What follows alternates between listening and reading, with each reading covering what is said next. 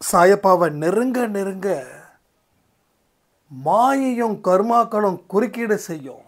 அவர்கிட்ட நெருங்க விடாத மாதிரி. ஆரம்பத்தில் அவரை வணங்கும் போது உங்களுக்கு துன்பங்கள் வருதுன்னா உங்கள் வாழ்க்கையில் நல்லது நடக்க போகுதுன்னு அர்த்தம்.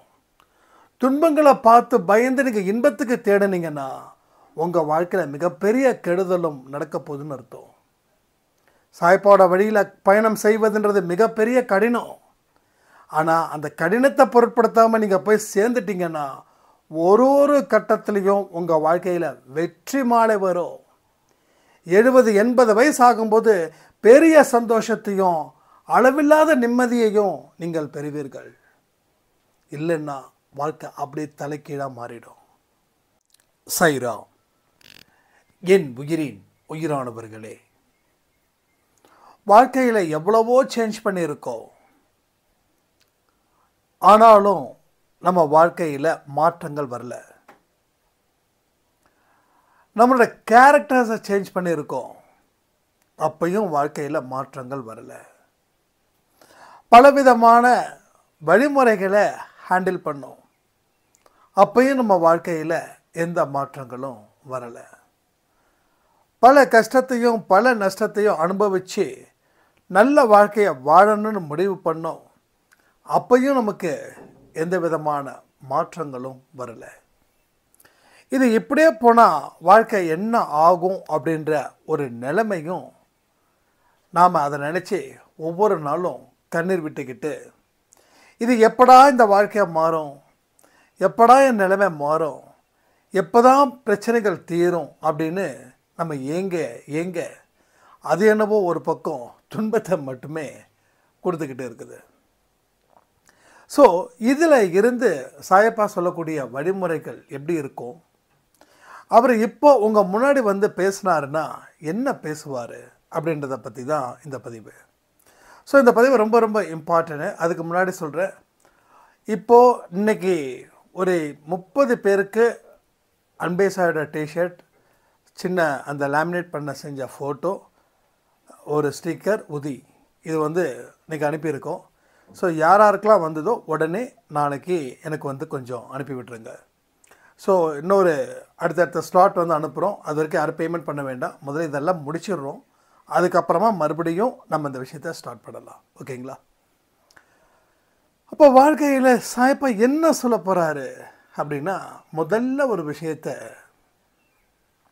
ஒரு தீர்மானமாக சொல்ல போகிறாரு. எந்த ஒரு விஷயத்தையும் நினச்சி நீ பயப்படாத, நீ பதட்டம் அடையாத. உனக்கு நடந்துட்டு இருக்கக்கூடிய துன்பம் இது நிரந்தரம் அப்படின்னு நீ நினைக்காத. இந்த துன்பத்தை பற்றி தொடர்ந்து நினச்சிக்கிட்டே அதை இன்னமும் அதிகப்படுத்தாத. வாழ்க்கையில் நீ மாறணும்னு முடிவு பண்ணிருக்க, முழுவதுமாக மாறு. ஆற்றுல ஒரு கால் சேத்துல ஒரு கால் வச்சா என்ன ஆகும்? அப்போது மாறக்கூடிய விஷயத்தை நீ 100% மாறின மாதிரி உன் வாழ்க்கையில் அதை செயல்படுத்து. எப்பெல்லாம் துன்பங்கள் வருதோ அப்போல்லாம் நீ சோர்ந்து போகவே கூடாது. எப்பெல்லாம் இன்பங்கள் வருதோ அப்போல்லாம் நீ வந்து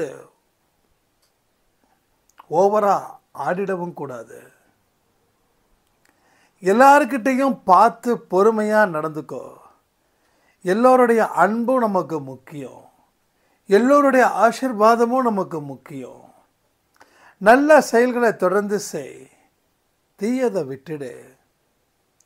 உனக்கு என்ன பிடிக்குதோ அது நியாயமாக இருந்தால் அதுக்கு ஆசைப்படு. ஸோ பலவிதமான கஷ்டத்தை நீயே தாங்குற மாதிரி நினச்சிக்காத. உலகத்தில் யாருக்குத்தான் பிரச்சனை கிடையாது, எல்லாத்துக்குமே இருக்கு. அவர் வாழ்ந்த காலத்திலேயே 1-2 வில்லன்ஸ்லாம் இருந்தாங்கல்ல, அதையும் அவர் சொல்லுவார். நான் வாழ்ந்த காலத்திலேயே எதிர்ப்புகள் இருந்துச்சு. அப்போ நீ வாழக்கூடிய காலத்தில் எதிர்ப்புகள் இல்லாமலா போகும்? ஸோ இது எல்லாமே அவர் நம்மக்கிட்ட சொல்லக்கூடிய வார்த்தைகள். ஸோ சச்சரித்திரத்தில் பார்த்தீங்கன்னா இந்த மாதிரியான வார்த்தைகள் தான் ஜாஸ்தி பேசியிருப்பார். உனக்கு எதிரியே ஆனாலும் அவனோட மனசை புண்படுத்திடக்கூடாது. அப்படி புண்படுத்தினா அவரை நாம் புண்படுத்துகிற மாதிரியா? ஸோ இது மாதிரி பல அற்புதமான வார்த்தைகள் அந்த புக்கில் இருக்குது. சாப்டர் என்னமோ ரொம்ப கம்மி தான், ஆனால் எத்தனை பிறவி எடுத்தாலும் அந்த புக்கை படிக்கும்போது ஒவ்வொன்றும் புதுசு புதுசாக தான் இருக்குது. இதை படிச்சிட்டோமே அப்படின்னு ஒரு சாரம் கேட்டாங்க, என்னங்க திருப்பி திருப்பி படிக்கிறதால ஒன்றுமே ஃபீல் ஆகலை. அப்போ ஃபீல் ஆகிற மாதிரி படிக்கலை, ஃபீல் ஆகிற மாதிரி படிக்கணும். அப்போ படித்தாதான் அது இன்னும் இன்ட்ரெஸ்டடாக இருக்கும் அந்த சாப்டர் ஒவ்வொன்றும். அந்த சச்சரிதம் படிக்கும்போதே அவர் கூட வாழ்ந்த ஒரு திருப்தி நமக்குள்ளே வரும். அவர் கூட உட்காந்து பேசுவதற்கு உண்டான ஒரு பக்தராக நம்ம மாறி இருப்போம். இது எல்லாமே நடந்தது என் லைஃப்பில்.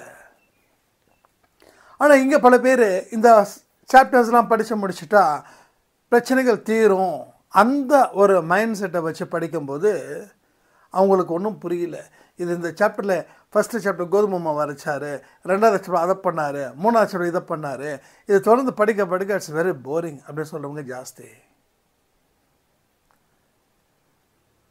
நாம் 100 வருஷம் வாழ்கிறோம், அப்போ நம்ம லைஃப் இன்றைக்கி போர் அடிச்சிருக்கா? சில பேருக்கு அடிக்கும். ஏன்னா வாழ்க்கையில் ஒரே சோகமா ஒரே துக்கமா, என்னடா வாழ்க்கை அப்படின்னு. ஆனால் பலருக்கு வாழ்க்கை வாழணுன்ற ஆசை வரும். அப்போ நம்ம வாழ்க்கை நமக்கு போர் அடிக்காது. அதே மாதிரி சச்சரித்திரம் அப்படின்ற ஒரு புக்கில் இருக்கக்கூடிய வார்த்தைகளும் சத்தியமாக போர் அடிக்கக்கூடிய வார்த்தைகளே கிடையாது.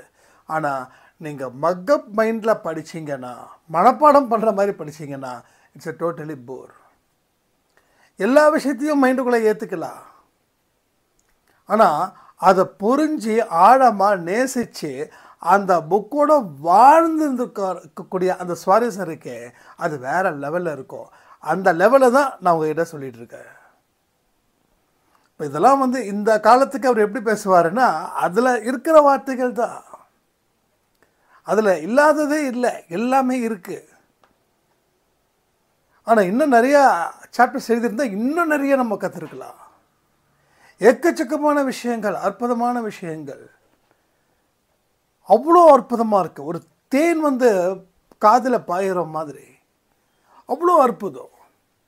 இதெல்லாம் ஏன் நம்ம சொல்கிறோன்னா, நீங்கள் படித்தா மட்டும் போதாது, அந்த படிக்கும்போதே நீங்கள் ஷீரடியில் வாழ்ந்த ஒரு ஃபீல் வரவங்களுக்கு நான் சொல்கிறது ஈஸியாக புரியும்.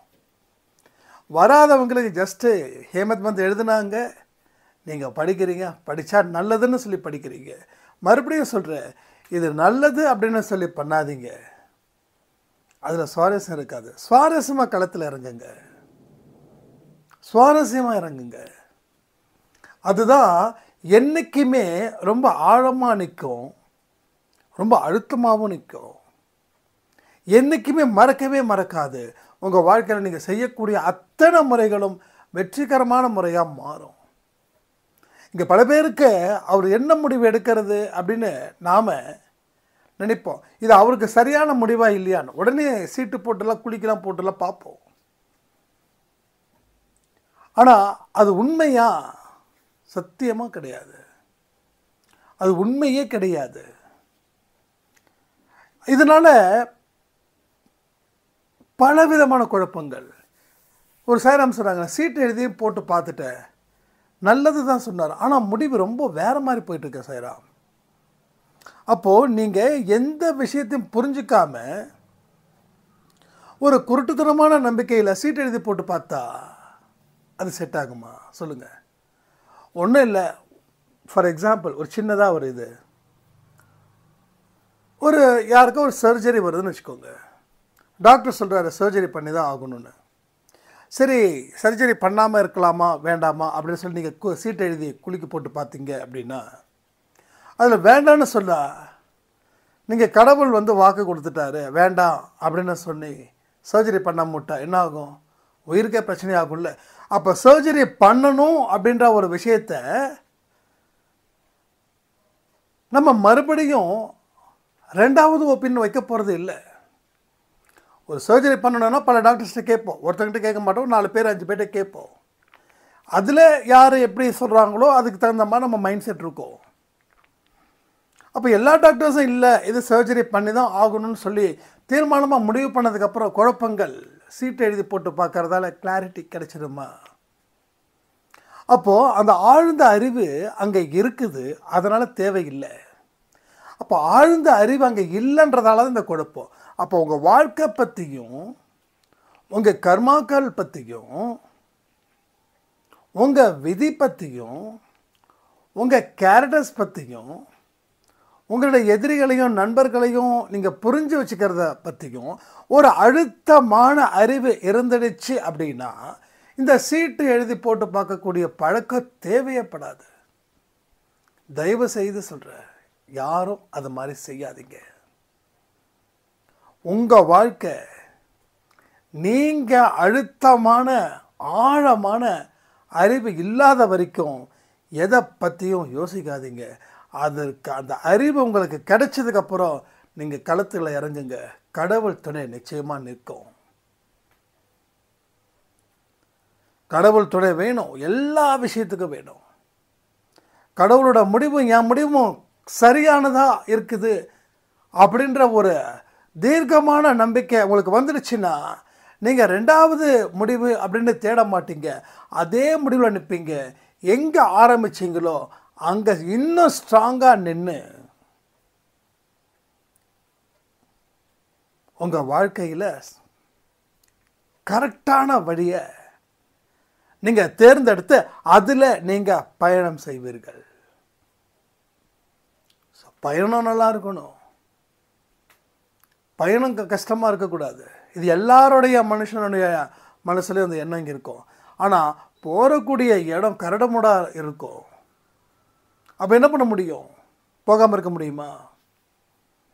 ஒரு பெரிய பெரிய ஒரு இடத்துக்கு போகும்போதெல்லாம் ஒரு சில கிலோமீட்டர்ஸ் ரொம்ப மோசமாக இருக்கும். ரோடு மேடு பள்ளமாக இருக்கும். ஆனால் அந்த இடத்துக்கு போனால் நமக்கு ஒரு சந்தோஷம் கிடைக்குதுன்னா நாம் அந்த கஷ்டத்தை பொருட்படுத்தாமல் நம்ம போவோம். ஏன்னா நம்ம சந்தோஷம் முக்கியம். அதே போல் கடவுளுடைய இடத்துக்கு நம்ம போகணுன்னா போகிற வர வழிகள் அத்தனையுமே சவாலாக இருக்கும். பெரிய சேலஞ்ச். அது எப்படிப்பட்ட சேலஞ்சாக இருக்கும் தெரியுமா? கடவுளை நெருங்க முடியாத அளவுக்கு மாயை கர்மா அத்தனையும் தடங்கள் வந்துக்கிட்டே இருக்கும். நாம் சட்டு நீங்கள் விட்டுருவோம். மனசில் நமக்கு என்னென்னலாம் ஆசைப்படுறோமோ அதெல்லாம் அப்போ வந்து நிற்கும் முன்னாடி. அதை தவிர்க்கணும். தவிர்க்கிற அளவுக்கு மனசில் உறுதி ஏற்படுத்தணும். அப்போ அந்த இடத்துல ஆழ்ந்த அறிவு தேவைப்படுது. நம்ம இப்படி போனால் இப்படி நடக்கும், இப்படி நடந்தால் அதை உதாசீனப்படுத்தி நம்ம மென்மேலும் முன்னேறணும். நம்ம ஆசை காட்டுறதுக்கும் மோசம் பண்ணுறதுக்கும் மறுபடியும் நிறைய வரும். ஆனால் எது வந்தாலும் அதை ஏற்றுக்கக்கூடாது. இப்போ நான் ஏற்றுக்கலைன்னு உறுதிமொழி நான் கொடுத்துட்டேன்னா எப்பயும் ஏற்றுக்க மாட்டேன்ற உறுதிமொழியோடு நீங்கள் அந்த பயணத்தை மேற்கொள்ளணும். அப்போ தான் கடவுளோட இடத்துக்கு நீங்கள் செல்ல முடியும். லைஃப்பில் நிறைய சேலஞ்சுங்க, பல சேலஞ்சை நான் அனுபவிச்சிருக்கேன். எப்போல்லாம் கடவுள்கிட்ட போகிறனோ அப்போல்லாம் அதுக்கு தடங்கள் உண்டு பண்ணுற மாதிரி நிறைய வேலைகள் எப்பயுமே நடக்கும். இந்த மாயாய் அப்படின்னு ஒன்று இருக்கே, அது பெருசு. அது கடவுளுக்கு இருக்கக்கூடிய பவர் அதுக்கு இருக்கு. கடவுளுக்கு இருக்கக்கூடிய பவர். ஆனால் இதெல்லாம் ஒரு பெரிய சோதனை. ராமாயணத்தில் பார்த்துருக்கோம். மாயை அப்படின்றத அங்கே ஒரு எனக்கு தெரிஞ்சு நான் ஃபுல்லாக படித்தது கிடையாது, அவ்வளோ பெரிய அறிவாளி கிடையாது. அந்த மான் லக்ஷ்மணன் கிழிச்ச கோட்டை அந்த சீத்தை தாண்டும் போது எதுக்கு தாண்டாங்கன்னா அந்த அரக்கன் உருவத்தில் ஐ திங்க் ராவணன் மான் உருவத்தில் அங்கே நிற்பாங்க. அந்த துள்ளி மான் சீதையோட கண்ணுக்கு தெரியும். அந்த மானை பிடிக்க சீதை ஆசைப்படுவாங்க. மான் தானே, அரக்கன்னா அதை தாண்ட மாட்டாங்க, ரைட்டா? ஏன்னா அந்த லக்ஷ்மணன் கிழிச்ச கோடு, அந்த கோடை தாண்டக்கூடாது. அப்போ கெட்ட சக்தி உள்ளே வராது. அப்போ சீதையை எதிர்க்கணுன்றவன் உள்ளே வரமாட்டான். உள்ளே வந்தால் அவன் அப்படியே நெருப்பாக பொசுங்கி போயிடுவான். ஆனால் சீத்தை வெளியில் போகலாம், சீத்தை பொசுங்கிட மாட்டாங்க. அப்போ அந்த லக்ஷ்மணன் வந்து ஒரு கோட்டை நேராக வச்சுட்டு இதுக்கு மேலே வராதிங்க அப்படின்னு. அப்போ என்ன பண்ணுவாங்க, இப்போ வந்து அந்த சீதாம்மாவை வெளியில் வர வைக்கணும். வெளியில் வந்தால் தான் ராவணன் தூக்கிட்டு போக முடியும். அப்போ என்ன பிளானு? அப்போது சீத்தை எப்படி வர வைக்கணுன்ற ஒரு டெக்னிக்ஸ், அந்த டெக்னிக்ஸை அந்த மான் ரூபத்தில் வந்தவொடனே சீத்தை வெளில வருவாங்க. ராமாயணம் அங்கே தான் நடக்குது. இதெல்லாம் அங்கே நம்ம கற்றுக் கொடுத்தாச்சு, மாயன்றது எப்படிப்பட்டது அப்படின்னு. அப்போ நாம் அந்த இடத்துல சீத்தை அந்த இடத்துல தாண்டாமல் இருந்தாங்கன்னா, அதுக்கப்புறம் வனவாசம் முடிஞ்சு ராஜா ராணி மாதிரி அந்த அந்த ராஜா ராணி மாதிரி அந்த ஒரு இது அவங்களுக்கு. ஸோ இதெல்லாம் யோசிச்சு பார்க்கணும். அப்போ நமக்கும் இப்படி நெருங்கும்போது நமக்கு மனசுக்கு பிடிச்ச மாதிரி சில விஷயங்கள் வந்துடுச்சுன்னா அதை காலால் எட்டி உதறி தள்ளணும். எனது வேண்டான்னு முடிவு பண்ணியாச்சு. அந்த அறிவு அன்னைக்கு அந்த சபதம், அந்த வாக்குறுதி அன்னைக்கு எடுத்தது இப்போ வரைக்கும் நம்ம தெளிவாக இருந்துட்டோம்னா தப்பிச்சுக்கலாம். ஆனால் அடிக்கடி நம்ம தெளிவு நிலையை மாற்றிக்கிட்டே இருந்தோன்னா இட்ஸ் வெரி டஃப். அதான் அந்த ஆரம்பத்தில் சொன்னேன், மாறணும்னு நினைக்கிறீங்க, எவ்வளோ மாற்றத்தை ஏற்படுத்துகிறீங்க, ஆனால் மாற முடியலன்னா எந்த மாற்றத்தையும் நீங்கள் முழுவதுமாக வர வைக்கல. கொஞ்ச நாள் எல்லாமே கொஞ்சம் கொஞ்சம் கொஞ்சம் தான் நடக்குது. எதுவுமே முழுசாக வரலையே. 100 கிலோமீட்டர் ட்ராவல் பண்ணணுன்னா 10 கிலோமீட்டர்ஸ் போயிட்டு நான் ரீச் ஆன இடத்துக்கு வரலையேன்னு சொல்லி அந்த இடத்துல தங்கி போகிறோம். இதான் பிரச்சனை. போக வேண்டிய தூரம் ரொம்ப தூரம். இந்த இடம் இல்லை, இந்த இடம் கிடையாது, ரொம்ப தூரம். அந்த இடத்துக்கு நம்ம போகணும். ஏன்னா கிளம்பியாச்சு. அந்த இடத்துக்கு போகாமல் பயணம் முடியாது. அந்த பயணத்தை நீங்கள் அந்த இடத்துக்கு போனால் தான் முடிக்கணும். பாதியில் முடித்தா அது உங்களுக்கு பின்னாடி போகவும் முடியாது, அங்கே தாண்டவும் முடியாது. அப்போ அதே இடத்துல உட்காரும்போது உங்களுக்கு மிகப்பெரிய கஷ்டமும் நஷ்டமும் துன்பமும் சோதனைகளும் வந்துக்கிட்டே இருக்கும். கடவுள் கிளம்புன்னு சொல்லுவார், ஆனால் மாயை கிளம்பாதேன்னு சொல்லும். மாயை தான் சாத்தான்னு சொல்லுவோம். ஒவ்வொரு மதத்துலேயும் ஒவ்வொரு விதமானது. நம்ம மாயை சொல்கிறோம், பைபிளில் சாத்தான்னு சொல்கிறாங்க, கிறிஸ்டியானிட்டியில். ஸோ இது மாதிரி ஒவ்வொரு மதத்துலேயும் ஒவ்வொரு விதமான பெயர்கள். ஏன்னா இந்த மாயை வந்து ரொம்ப ஆசைப்பட வைக்கும், எல்லாத்தையும் ஆசைப்பட வைக்கும். ஆனால் அது சரியான அறிவு இருந்துச்சுன்னா அதை நம்ம எதிர்கொள்ள முயற்சிகள் செய்யலாம். ஏன்னா அதுக்கு தான் இந்த மாயை பற்றி சாயப்பாவே சொல்லியிருக்காரு, மாயை பொல்லாதவள், மாயை பொல்லாதவையா. அப்போ அவரே அந்த அளவுக்கு யோசிக்கிறாருன்னா நாம் எந்த அளவுக்கு அவேர்னஸாக இருக்கணும். கடவுள் நமக்கு நிறைய பாடத்தை சொல்லி கொடுத்துருக்காருங்க. எந்தெந்த பாடத்தெல்லாம் அவ்வளோ அற்புதமாக சொல்லியிருக்கான்றதை பாருங்கள். மாயை பற்றி, கர்மாவை பற்றி, பிரச்சனைகளை எப்படி கடக்கணுன்றதை பற்றி, குருவோட அவசியம் என்னன்றதை பற்றி, கடவுள் பக்தி எப்படிப்பட்டதுன்றதை பற்றி, மனசில் நம்பிக்கை எப்படி ஏற்படுத்தணுன்றதை பற்றி, அடுத்தவங்களுக்கு கெடுதல் செய்யும் போது வரக்கூடிய பிரச்சனைகள் எப்படி இருக்குன்றதை பற்றி எல்லா விஷயத்தையும் பேசியிருக்காரு. ஏன்னா எதுக்காகனா இதெல்லாம் மனுஷன் இதெல்லாம் படித்து புரிஞ்சு வாழ்க்கையில் அது மாதிரி நடந்து பேரின்பத்தை அடையணுன்றதுக்காக தான் இத்தனை விஷயங்களும் இங்கே நடக்குது. அப்போ ரொம்ப எச்சரிக்கையாக இருக்கணும். அவேர்னஸ், விழிப்புணர்வு. விழித்திருன்னு சொல்கிறார் வள்ளலார். விழித்திருன்னா தூங்காமல் இருக்கிறது கிடையாது. விழித்திருன்னா உங்களுக்குள்ளே இருக்கக்கூடிய அந்த கவனம். நீங்கள் கவனமாக இருக்க வேண்டிய நேரத்தில் அசால்ட்டாக இருந்துடக்கூடாது. கவனமாக இருக்க வேண்டிய நேரத்தில் அலட்சியமாக இருந்துடக்கூடாது. ஏன்னா எது வேணாலும் என்ன வேணாலும் நடக்கலாம். எதெல்லாம் உங்களுக்கு இன்பத்தை கொடுக்குதோ அதெல்லாம் உங்களுக்கு துன்பத்தை கொடுக்கும். ஸோ எதெல்லாம் துன்பத்தை கொடுக்குதோ அதுவும் உங்களுக்கு இன்பத்தை கொடுக்கும். அப்போ கடவுள்கிட்ட செல்லக்கூடிய பாதை துன்பமாக இருக்கும். ஏன்னா அது பல தியாகங்களை செய்யணும். ஆனால் முடிவு சொல்ல முடியாத அளவுக்கு ஆழ்ந்த ஒரு சந்தோஷத்தை அது கொடுக்கும். ஆனால் ஆரம்பத்தில் கொடுக்கக்கூடிய இன்பம் போட்டு ஒரு வழி பண்ணிடும் கடைசி காலத்தில்.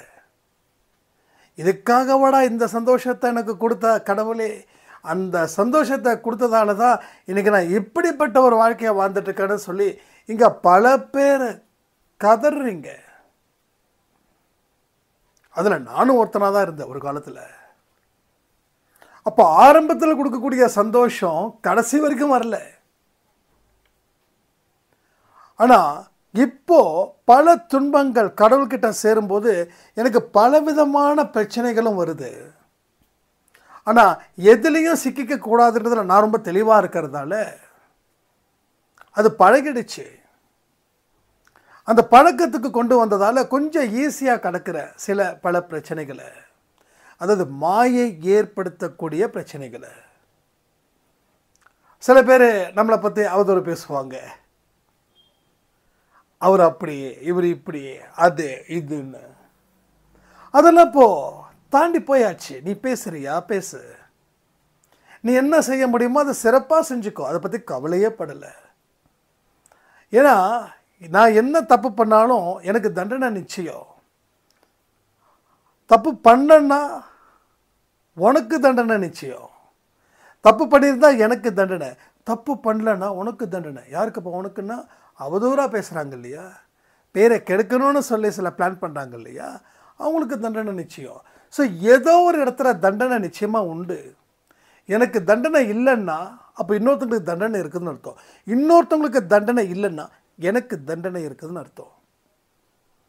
ஆனால் எனக்கு வர தண்டனையை நான் மனப்பூர்வமாக எடுத்துக்கிறேன். ஆனால் என்ன அவதூறாக பேசுகிறவங்களுக்கு தண்டனை கொடுக்கக்கூடாதுன்னு சொல்லி கடவுள்கிட்ட வணங்குற அளவுக்கு அந்த மனசில் கடவுள் நிற்கிறாருன்னா அதுதான் கடவுளோட குழந்தைகளாக இருப்பதற்கு உண்டான தகுதி. நீ என்ன பேசிட்டல்ல, கடவுள் பார் உன்னை சும்மா விட மாட்டார். வேண்டாம், அது செய்யாதீங்க, அது என்னைக்கும் செய்யாதீங்க. நானும் ஒரு சில டைமில் வந்து ரொம்ப கோபத்தில் பேசிடுவேன் கண்ணா பின்னான்னு. அதுக்கப்புறம் கடவுள்கிட்ட போயிட்டு, சாயப்பா தயவு செய்து எல்லாரும் நல்லா இருக்கணும், எல்லோரும் சந்தோஷமாக இருக்கணும், எல்லோரும் ஹாப்பியாக இருக்கணும், எல்லோருடைய பாவத்தையும் மன்னிக்கணும். ஏன்னா எனக்கு ஒரு தண்டனை வருதுன்னா அந்த வலி அடுத்தவங்களுக்கு அந்த தண்டனை வரும்போது அவங்களுக்கு அந்த வலி வலிக்கும். அந்த வலி கூட அவங்களுக்கு வலிக்கக்கூடாதுன்ற ஒரு உன்னதமான மனநிலை நம்ம அன்பேசாய் குடும்பத்தில் இருக்கிற அத்தனை சாயப்பாவோட குழந்தைங்களுக்கு இருக்கணும். உங்களுக்கு இருக்குதா? கமெண்ட் பண்ணுங்கள்.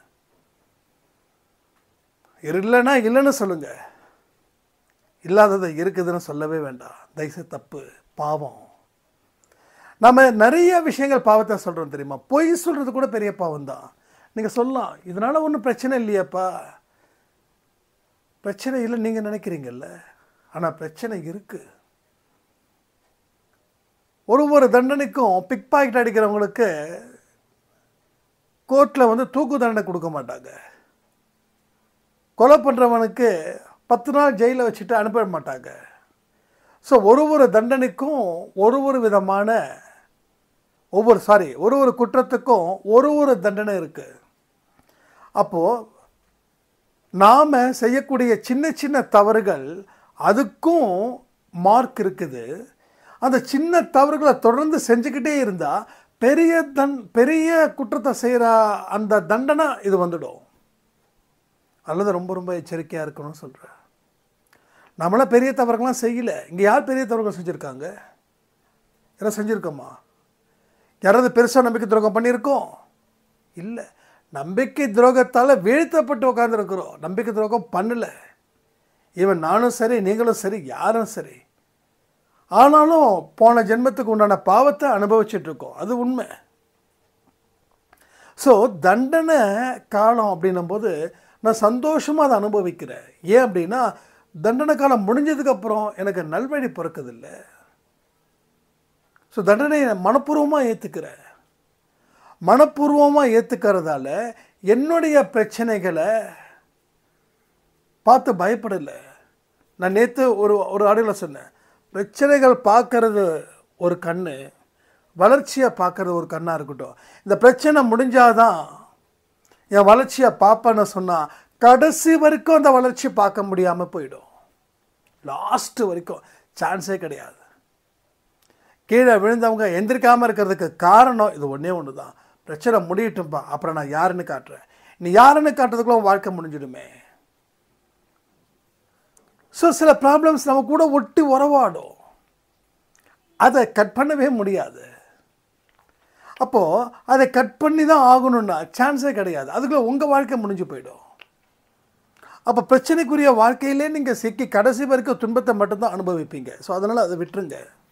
ஸோ வளர்ச்சியை பாருங்கள். ஸோ வளர்ச்சி இஸ் வெரி வெரி இம்பார்ட்டன்ட். உங்கள் வாழ்க்கையில் பலவிதமான கட்டத்துக்கு நம்ம போக தயாராக இருக்கணும்.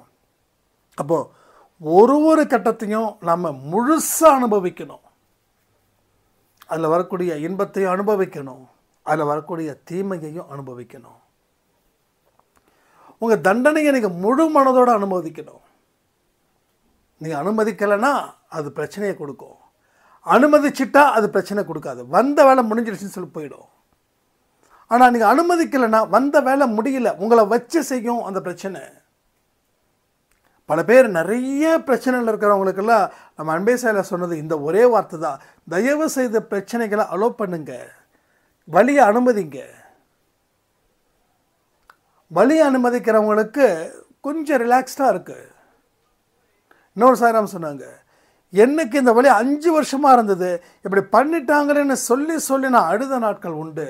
ஆனால் இன்னைக்கு அதை அனுமதிச்சிட்டேன், இப்போ எனக்கு அந்த வலி தெரியலன்றாங்க. ஸோ வலிக்குதுன்னா டாக்டர்கிட்ட போயிட்டு இன்ஜெக்ஷனோ மெடிசனோ கொடுத்தாதான் அந்த வலியோடு எத்தனை நாள் வாழ முடியும். அப்போ இங்கே வலின்றது டாக்டராக யாருன்னா நீங்கள் அதை வந்து அக்செப்ட் பண்ணக்கூடியது தான் மருந்தாக இருக்குது. ஜஸ்ட் அக்செப்ட் பண்ணிவிடுங்க. இவங்க முன்னாடி அவங்க முன்னாடி நான் அது இதெல்லாம் தேவையே கிடையாது. உங்களுக்கான வாழ்க்கையை நீங்கள் வாழாத வரைக்கும் ஒரு சிறப்பான தொடக்கத்தை நீங்கள் கடைசி வரைக்கும் தொடங்க முடியாமல் உங்கள் வாழ்க்கையை முடிக்கிறீங்க. Love your self.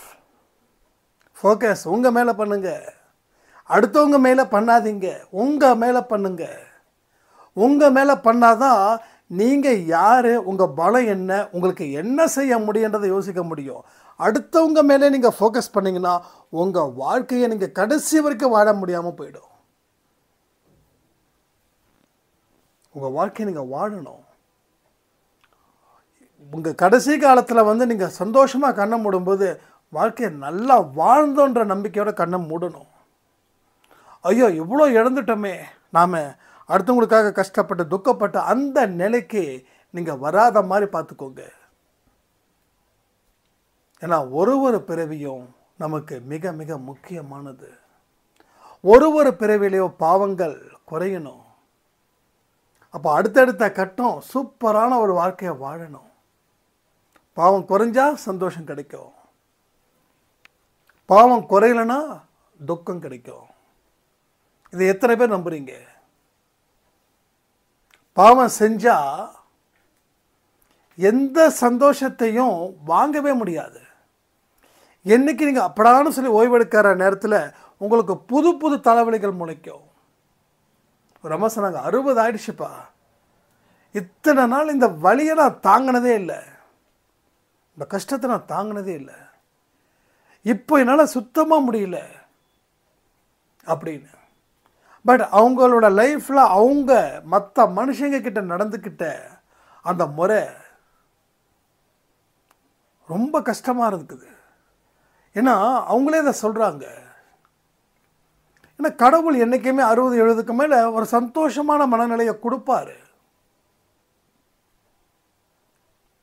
ஆனால் 60-70க்கு மேலே நிம்மதி இல்லாத வாழ்க்கை பலருக்கு இன்னைக்கு இருக்குது.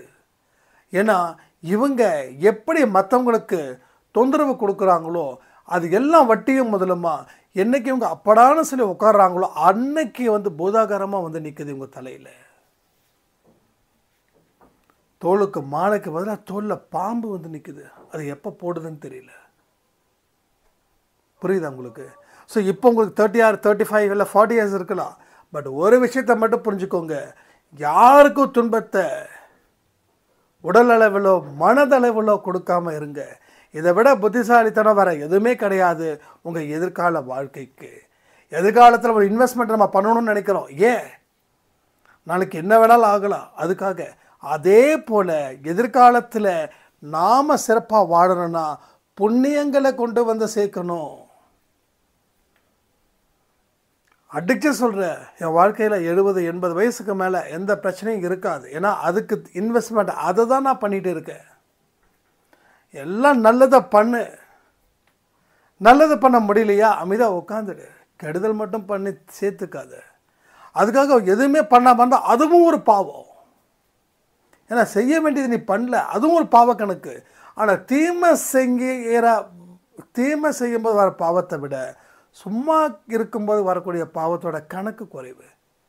இப்போ நான் என்ன நினைக்கிறேன்னா, சும்மாவும் ஏன் இருக்கணும், சும்மா ஏன் இருக்கணும்? இப்போ என்னோடய வேலை அன்பே சாயில் ஆடியோ கொடுக்கறது. இது ஒரு வேலையாக சாயப்பானை கொடுத்துருக்காரு. எனக்கு வருமானம் நம்ம ஆஃபீஸ் பிஸ்னஸில் வருது. சரி அதான் வந்துடுச்சே அப்படின்னா, அப்போ இந்த விஷயத்தை நான் செய்யலை. ஏன்னா இது என்னோடய கடமையாக அவர் வச்சுருக்காரு. நீ செய்யணும், ஆடியோ கொடுக்கணும், சரியான நேரத்துக்கு நீ கொடு. 8 மணி ஆடியோ 10 மணிக்கு கொடுத்தேன்னா உனக்காக வெயிட் பண்ணக்கூடிய 1-2 பேர் வெயிட் பண்ணுறாங்கல்ல, அவங்களுக்கு தூக்கம் போச்சே. இதெல்லாம் உண்மையிலே சொல்கிறேன், எனக்கு ரொம்ப பயம் ஜாஸ்தியாகும். 7-7:30 மணிக்குள்ளே அந்த ஆடியோட ப்ரைவேட்டில் வச்சிடணும் ஷெட்யூல் போட்டு. சில டைம் 6 மணிக்கெலாம் வந்து ஆடியோ ரெடி ஆகிடும். ஆனால் 8 மணின்னா சொன்ன சொல்லில் கரெக்டாக ஆடியோ பப்ளிஷ் ஆகணும். ஏன்னா சம்டைம்ஸ் வந்து ரொம்ப டைட் ஷெட்யூலாக இருக்கும்போது என்னால் வீடியோ மேக் பண்ண முடியல. இதுதான் ப்ராப்ளமே. நம்ம தினமும் வீட்டில் இருந்து நம்ம யூடியூப் தான் நம்ம ஒர்க்காக இருந்துச்சுன்னா தினமும் நம்ம வந்து வீடியோ பேசலாம். ஆனால் நான் இருக்கிற இடம் எங்கே, எப்படிப்பட்ட இடம்னு தெரியல. இப்போ கூட நான் ஒரு ஒர்க்கிங் ஸ்பாட்டை தான் பேசிகிட்டு இருக்கேன். ஏன்னா ஒரு 1/2 மணி நேரம் டைமை வாங்கி சார் கொஞ்சம் ஒரு 1/2 hour இது பண்ணணும். ஆனால் யாருக்கு யூடியூப்லாம் தெரியாது. Business is a business, spiritual is a spiritual. Business ஸ்பிரிச்சுவலையும் நம்ம என்றைக்குமே ஒன்று கலக்கிறது இல்லைன்னு நான் உங்களுக்கு சொல்லி தெரிய வேண்டியதில்லை, எல்லாருக்குமே தெரியும். அதனால தான் திரும்ப திரும்ப சொல்லக்கூடிய விஷயம் என்னென்னா, செய்யணுன்றது கடவுள் சொல்லியிருக்காருன்னா அதை நீங்கள் செஞ்சிடுங்க. இல்லை நம்ம வந்து இது லாபமா இது நஷ்டமா இந்த கணக்கு போட்டிங்கன்னா அவர் போட்டுருவார் லாபமா நஷ்டமானு. நம்ம எப்படி கணக்கு போடுறோமோ அதே மாதிரி அவரும் கணக்கு போடுவார். நீங்கள் கண்ணாடி முன்னாடி நின்று நீங்கள் என்ன பண்ணுறீங்களோ அது உங்களுக்கு எதிரில் ரிஃப்ளெக்ட் ஆகுற மாதிரி தான். ஓ நீ கணக்கு போடுறியா, சரி நான் உனக்கு கணக்கு போடுறேன், இரு சந்தோஷ். என்னென்னா ஓகேப்பா இதில் கொடுக்குறதோட நம்ம பிஸ்னஸில் உட்காந்து இன்னும் 2 கஸ்டமரை பார்த்தா நமக்கு இன்னும் வருமானம் வருமே அப்படின்னு சொல்லி நான் கணக்கு போட்டுட்டேன்னா தலைவர் கணக்கு போவார். சந்தோஷ் நீ நல்லா கணக்கு போடுறப்பா, இப்போ உனக்கு ஒரு கணக்கு நான் போடுறேன் பாரு அப்படின்னு போட்டுருவார். ஸோ சில இடத்துல கணக்கே பார்க்கக்கூடாது. கணக்கே பார்க்காம அவர் என்ன சொல்கிறாரோ செய்கிறேன் ஐயான்னு சொல்லிட்டு கை கட்டிட்டு போகிறது நமக்கு ரொம்ப ரொம்ப நல்லது. சாய்ப்பாவோட வாக்குகளை என்றைக்குமே நீங்கள் அந்த மாதிரி வைங்க. அவர் தான் உங்களுக்கு எஜமானன்.